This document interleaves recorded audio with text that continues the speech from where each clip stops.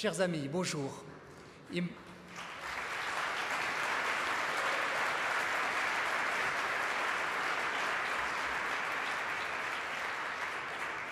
Merci de prendre un petit peu de mon temps de parole, qui va être bref. Est-ce qu'il est anodin que notre courant soit né en France? C'est la question que je vais brièvement aborder devant vous. Bien sûr, nous endurons tous, comme dans beaucoup de pays du monde, une triple tyrannie. La tyrannie libertaire, qui a fait lever beaucoup d'entre nous, parce qu'elle aboutit à la loi du plus fort. Elle aboutit à l'étouffement de la voix des faibles. Et cette tyrannie naît en particulier du refus de voir que tout pouvoir légitime a sa source dans la famille. Tyrannie économique, au risque de faire, comme l'écrit souvent Pierre-Yves Gomez, de l'homme une variable d'ajustement, de décision qui le dépasse et également l'écrase. Tyrannie des normes qui font que notre destin semble nous échapper, que nous sommes, selon l'expression de Gilles Herriard-Dubreuil, comme boulonnés, enfermés dans nos capacités d'initiative. Face à cette triple tyrannie, je partage avec vous un émerveillement de voir qu'en France, il y a eu ce que j'appelle un grand réveil, un foisonnement d'initiatives multiples depuis longtemps, depuis des années et des années. Et aujourd'hui, quelque chose qui ressemble à une éclosion. Mais alors, ne s'agit-il pas du mystère de l'âme de la France? Et derrière ce mot, je mets ce que chacun voudra y mettre en fonction de ce qu'il a de plus profond comme croyance. Le peuple français, celui qu'on décrit souvent de manière un peu ironique comme des tribus gauloises, n'est-il pas fort de sa diversité, de sa générosité et également de sa créativité? Il est rebelle, ce peuple, à la toute-puissance. Et quand ceux qui le dirigent franchissent une ligne jaune, il y a toujours un sursaut. Tel est le peuple de France. L'autre jour, nous étions en conférence téléphonique avec Gilles et Ségolène. Il était en Laponie et avec des Japonais et des Lapons qui partageaient leurs difficultés à reconstruire leur culture après les catastrophes pour les Lapons de Tchernobyl et pour les Japonais de Fukushima. Et Gilles de nous dire, c'est étonnant parce que ceux qui travaillent ensemble ont un point commun qu'ils ont partagé, c'est dans leurs racines culturelles qu'ils peuvent saisir les forces pour se reconstruire. Alors non, ça n'a rien d'anodin si nous vivons aujourd'hui en France ce grand réveil et la naissance de notre courant pour une écologie humaine. J'y vois trois raisons. Première raison, la France est le pays de la personne.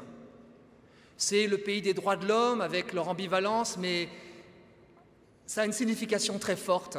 La France est le pays de la dignité de l'homme. Elle est même reconnue par un célèbre arrêt du Conseil d'État comme ontologique. C'est l'arrêt de Morsan-sur-Orge, vous savez, cette interdiction par un maire du lancer de personnes de petite taille, de lancer de nains, même s'ils sont consentants pour respecter la dignité de l'homme, il est légitime d'interdire ce type de pratique. La France est également le pays de l'abolitionnisme en matière de prostitution, en raison de la dignité de l'homme. Et ce n'est pas anodin si en France, il y a une telle résistance contre la gestation pour autrui, dans tous les champs de l'échiquier politique, au nom de la dignité des femmes, au nom de la dignité des enfants. Alors que des pays voisins, amis, frères, riches ou pauvres, ont laissé passer cette dérive éthique sans débat. En France, la personne ne se couche pas devant le marché. On ne vend pas, en France, les produits du corps humain, on ne vend pas un être humain. La France est également, certains l'ont écrit, le pays de la femme. Et je n'irai pas plus loin que de citer ce qui n'est pas si anecdotique, la galanterie spécifique à notre histoire qui met souvent la femme au premier plan, comme sur un piédestal. Alors vous me direz qu'on est aussi en France dans une atomisation, dans un éclatement. Il paraît que 4 millions de Français n'ont pas 3 conversations suivies par an. Et ça, je crois que ça nous mobilise. Première raison. Deuxième raison, la France est un pays cultivé. C'est un pays de culture, au pluriel, en commençant par l'agriculture. Et elle aura sa place ici de manière très forte, pas seulement parce que plus d'1 million de personnes aujourd'hui sont des actifs du monde agricole et souffrent, c'est une profession parfois sinistrée, par exemple par les taux de suicide. Mais chacun de nous, avec une posologie matin, midi et soir, nous vivons de cette agriculture, nous vivons grâce à nos agriculteurs. Et la France est un pays paysan, avec des racines que chacun peut rechercher dans son liquide amniotique, d'où il vient, ou parfois il retourne se ressourcer un peu loin des villes. La France, c'est un grand jardin. C'est peut-être le pays du monde le plus jardiné, le plus labouré. Promenons-nous en avion au-dessus et nous voyons à quel point l'homme a façonné, pas seulement défiguré, façonné de si beaux paysages. Pierre Chonu estimait que 3 milliards d'êtres humains avaient vécu en France, ce qui est quand même stupéfiant. Et bien sûr, cette terre labourée et travaillée a laissé éclore aussi un patrimoine extraordinaire, des dizaines et des dizaines de milliers de bâtiments magnifiques, 40 000 châteaux, paraît-il, sans compter les églises. La France est le pays du patrimoine, et je partage d'ailleurs le cri d'alarme de Jack Lang dans un livre très récent, Ouvrons les yeux, où il s'étonne que nous défigurions ainsi notre paysage en prenant soin par ailleurs d'éléments anciens de notre patrimoine. Ce patrimoine, il n'est pas seulement matériel, il est aussi immatériel. L'UNESCO a reconnu la cuisine française comme un élément immatériel du patrimoine de l'humanité. On a envie de parler de la culture des vins, de la culture du fromage, écrasée par les normes également, parfois menacée par les normes.